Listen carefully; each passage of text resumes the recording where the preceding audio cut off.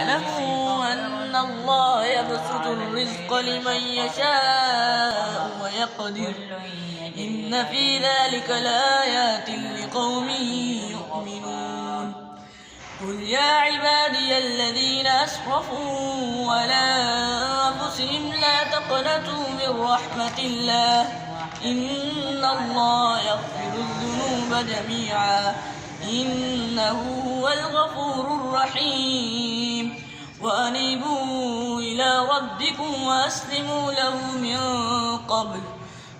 قبل أن يأتيكم العذاب ثم لا تنصرون واتبعوا أحسن ما أنزل إليكم من ربكم من قبل أن يأتيكم العذاب بغتة وأنتم لا تشعرون أن تقول نفس يا حسرة على ما فرطت في جنب الله وإن كنت من المتقين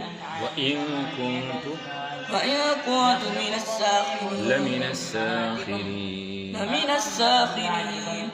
أو تقول لو أن الله هداني لكنت من المتقين أو تقول حين ترى العذاب